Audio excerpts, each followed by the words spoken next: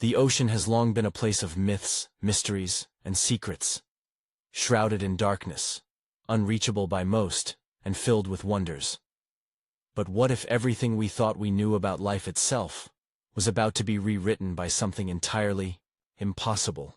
1,000 meters beneath the restless surface of the Pacific, in the uncharted depths, something remarkable happened. Something no one saw coming. A new form of oxygen was discovered, but not from sunlight or the usual sources. It was oxygen that came from the very darkness. This is where our story begins, not with triumph, but curiosity. In 2013, Andrew Sweetman, a marine scientist from the Scottish Association for Marine Science, embarked on a routine mission that would turn everything upside down. His destination? The Clarion-Clipperton Zone, an enormous stretch of ocean floor between Hawaii and Mexico, more vast than many countries combined. Here, in the isolation of the deep, Sweetman wasn't looking for treasure. He was after life. The almost invisible microbial life that sustains the complex ecology of the deep sea. Sweetman and his team deployed seafloor landers to measure the oxygen levels of the sediment. These machines were designed to monitor how fast oxygen was consumed by marine microbes. Based on everything they knew, the oxygen should gradually deplete as tiny life forms metabolize it. But the results they received were shocking. Instead of oxygen levels declining, they were increasing. Oxygen, in the pitch-black depths of the ocean, was being created, an impossibility in that environment. After rechecking their instruments and ensuring the accuracy of their readings, Sweetman and his team had no choice but to confront the unthinkable. Something down there was producing oxygen. The discovery was named dark oxygen, a term that stirred imaginations and raised eyebrows. Could this be the result of some unknown chemical process? Was it the metabolic byproduct of an ancient deep-sea microbe? The theories swirled, and some even suggested that this was evidence of life that had evolved long before photosynthesis even existed on Earth. But this wasn't just about the oxygen. It hinted at a far deeper, hidden world in the abyss. A world with its own rules, one that might have been influencing our planet's climate and biosphere in ways we didn't understand. This whole discovery of dark oxygen wasn't just groundbreaking in biology. It suggested that life, at least in the depths of the ocean, might be far more independent from sunlight than we had ever imagined. It was a revelation that quietly whispered the possibility of life forms evolving without the need for the sun. But, as this discovery started to make waves, Sweetman's world became one of intense scrutiny. Scientists debated whether the results were genuine or merely a fluke, an instrument error. But Sweetman knew what he had witnessed, and his resolve only deepened. Meanwhile, corporate interests began to circle. The Clarion-Clipperton Zone was already a target for deep-sea mining operations seeking rare metals.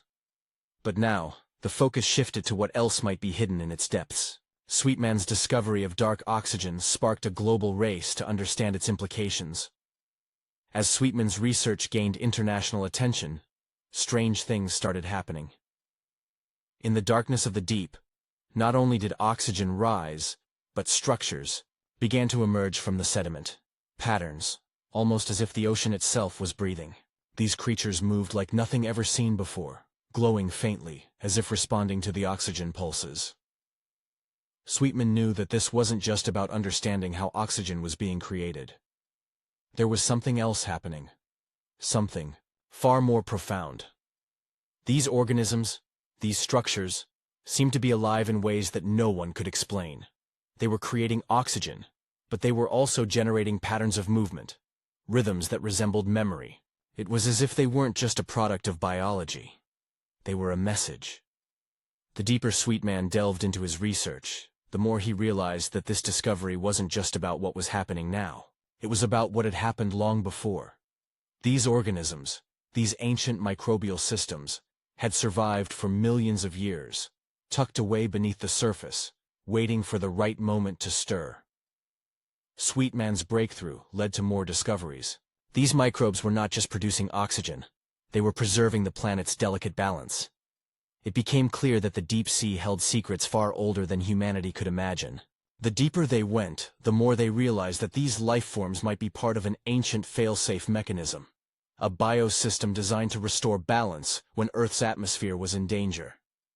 In the aftermath of the discovery, things took a darker turn. The global implications of Sweetman's work were too great to ignore. Governments, corporations, and even military agencies became involved. Sweetman found himself embroiled in a battle to protect his discovery and the truth that lay within the depths of the ocean. But as Sweetman continued to research, he began to uncover disturbing evidence of corporate and governmental forces eager to exploit this newfound power. Some speculated that these deep-sea microbes could be used for carbon capture, ocean restoration, or even weaponized. Amidst all this, Sweetman was left with a question that gnawed at him. Was this discovery meant to be ours to understand?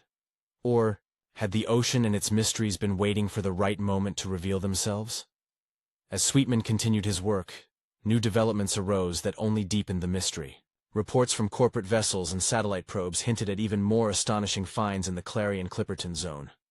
It was as if the abyss itself was alive, sending out signals, patterns of behavior that hinted at an intelligence beyond comprehension. The truth was becoming clear. The ocean didn't just contain life, it contained memory. It had been keeping secrets for eons, secrets about life itself, about the balance of Earth, and about the forces that shaped it. And as Sweetman dug deeper into this truth, he realized something even more startling. This was just the beginning. The oceans, the planet, and even the universe might hold far more secrets than we could ever begin to understand. And perhaps, somewhere out there in the cold depths of space, other worlds were waiting for the same discovery. The end, Sweetman's research wasn't just about dark oxygen. It was about the profound connection between life, memory, and the planet. It was about understanding the forces that had shaped Earth long before humanity ever existed, and how we might have forgotten our place in it all.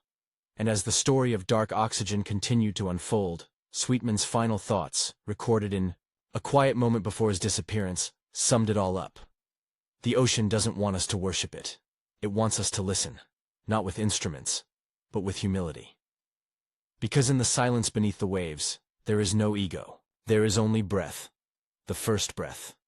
The last breath. And if we listen closely enough, we might just hear it again. If this story stirred something in you, if it made you feel wonder, or awe, or even a gentle grief, please like, subscribe,